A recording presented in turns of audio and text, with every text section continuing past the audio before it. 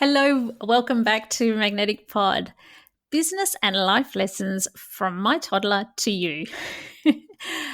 There is something magical about the toddler years, and I thought this with my firstborn son, and I'm seeing it now with my daughter. So I'd love you to stick around while I share what I have learnt.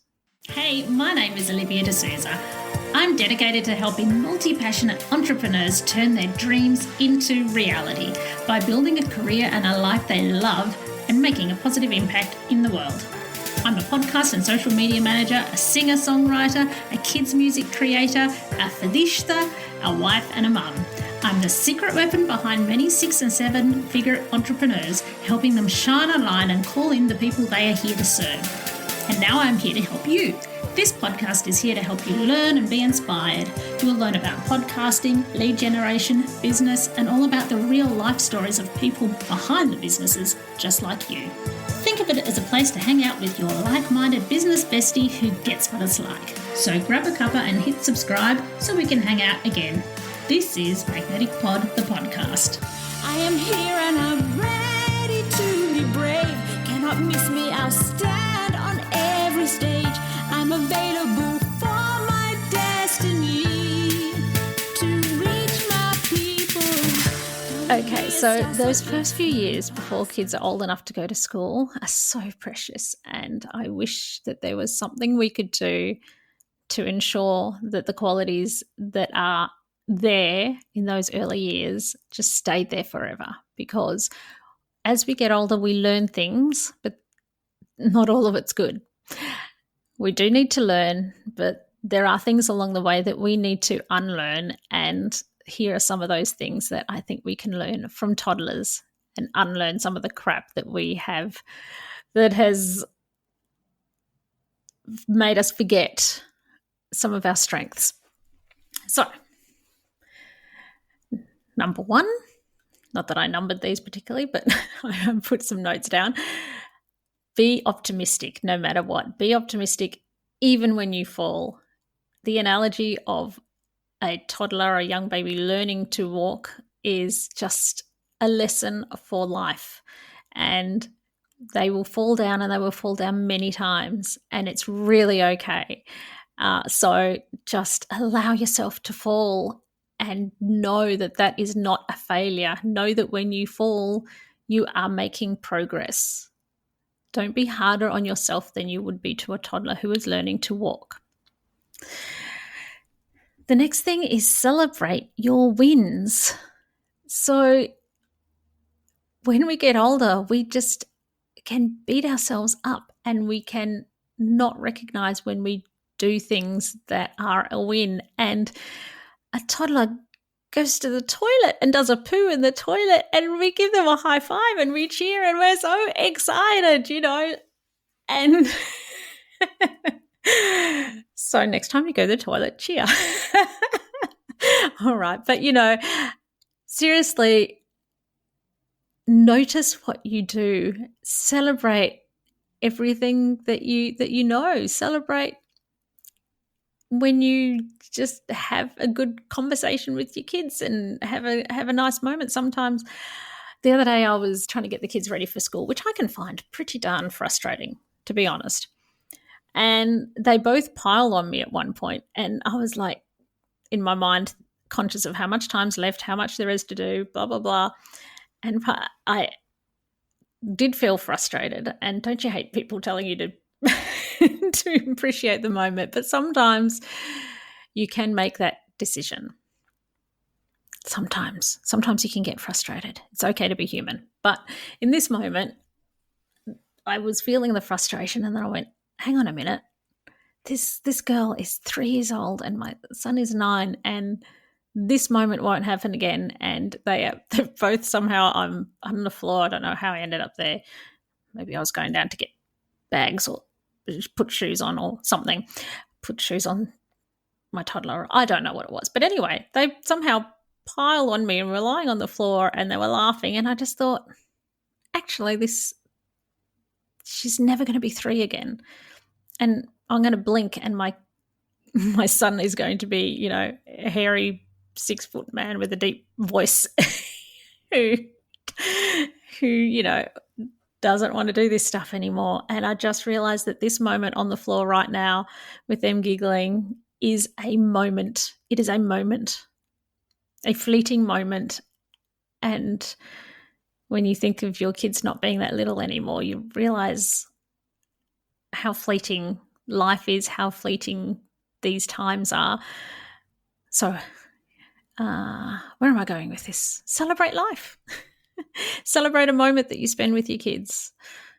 Celebrate with them. Notice when they play and are totally absorbed in the moment, and remember to do that too. And it's also celebrating your wins. So anything that you do, give yourself a cheer. In fact, if you have people around you who are like-minded and supportive, you can share that. I just did this, and it can be something that you would consider ordinary or whatever, but a lot of the ordinary is actually extraordinary. Start noticing it, celebrating your wins. Release your emotions. That's another lesson. Release your emotions. So we are here to help them co-regulate. I'm surrounded by social workers and parent coaches and all this sort of stuff, so I know about nervous system regulation and all of this. But on one hand, I do admire that when they cry and it's out. And then when they're happy, they're happy. So I think there's something to be said by feeling your emotions and letting them out. You can have a cry. You can run around, release it through your body. And then you can be absorbed in your play and not be thinking about anything else. And you can be happy and you can laugh and you can giggle. So feel your emotions. And live in the moment was my next point, which I think I've just kind of covered off with a few stories. And so, yeah, absolutely living in the moment. Say what you want. It's pretty simple. I asked my daughter what she wanted for breakfast. She wanted a Vegemite giraffe toast. So ask for what you want and don't worry about what people think or if people think it's reasonable. If you want a Vegemite giraffe toast with a pink cup, you say that. Maybe don't throw the tantrum, though, if you can't have it. All right. What else did I have here? Oh, yes, I love this. This is a lesson from toddlers and from dogs too.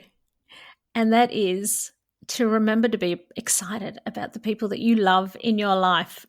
When my husband comes home, or when I come home, yeah, that happens for me. I get it too. Yeah, and that I'm just thinking of her when Dad comes home, with her dad comes home, and it's Daddy, arms out, running up, arms out for a big cuddle, and then the big cuddle happens, and how good does that make you feel? Who wouldn't want to be greeted like that? And it's a reminder, you do that too. When your partner comes home, when your kids come home, be lit up by the fact that they are there. And if you do love them, then those moments are really, really important. And we all want that. And if we put that out, we're more likely to get it back as far as, yeah, it's going to go down pretty well. Who doesn't want to be someone who lights up the room? And if you do that, you are lighting up the room. And you make the person feel like they've lit the room up. So I think that's a great lesson. And perhaps finally, I'll end with loving yourself as you are now. So my daughter is completely unaware of any thoughts about having a belly being wrong, how long your legs should be, like whether it's a good or a bad thing to have knots in your hair. She just thinks she's perfect and she doesn't even think about her. She doesn't think about those things. So I remember when I was growing up and I first saw someone with knobbly knees, and I thought they were cute. And then learning somewhere that that was supposed to be something we didn't like, or even dimples in thighs and stuff. I thought dimples in thighs were cute, and then I learnt that's cellulite, and we have to hate on ourselves and work hard and buy products and stuff to eradicate cellulite. But that was a learnt thing, and I first of all thought that they were cute. Yeah, so we learn these things. So we can unlearn them. So remember that we have learnt a lot of bullshit, and remember to love yourself as you are. You are perfect. You don't have to have a certain hip to shoulder ratio. If TikTok tells you that you're supposed to, that some face surgeon has said that your dimensions from your eyebrow to your cheekbone to this to that is supposed to be blah, blah, blah. 3-year-old you didn't know that, and 3-year-old you was the one who's right. We all don't want to look like clones. So, yeah, love yourself as you are right now. What would you learn from your toddlers? I'd love to know. Let me know in the comments. You can reach me on social media, or you can send me a message. And if you haven't already, thank you to those who have. But if you haven't, I would love it if you could rate and review. So if you're on Apple, if you could rate and review, that would be great. If you're on Spotify, I think the last time I checked, you can just review. So tap those 5 stars. That will do. And I'd really, really, really appreciate it. And I'd love to know what you want me to talk about in future. That's it for now. See you next time. Bye. I'm available for my destiny to reach my people. Gonna be a star, so if you pass on me. Hello, it's Livy here. Have you ever wondered about what the key elements are that make a podcast truly stand out? Or maybe you're thinking about starting your own special podcast and feel a bit overwhelmed and don't know where to start? Well, I have something for you. Introducing the Ultimate Podcast Checklist. Da, da, da, da. It's a step-by-step guide that covers everything from the initial brainstorming to advanced growth strategies. It's the perfect companion for both new and seasoned podcasters. And the best part, it's absolutely free. Da, da, da, da. To grab your copy, simply head to the show notes of this episode and you will find a direct link there, and then away you go. Remember, every podcast started with that initial spark and the right resource. So let the ultimate podcasting checklist be yours.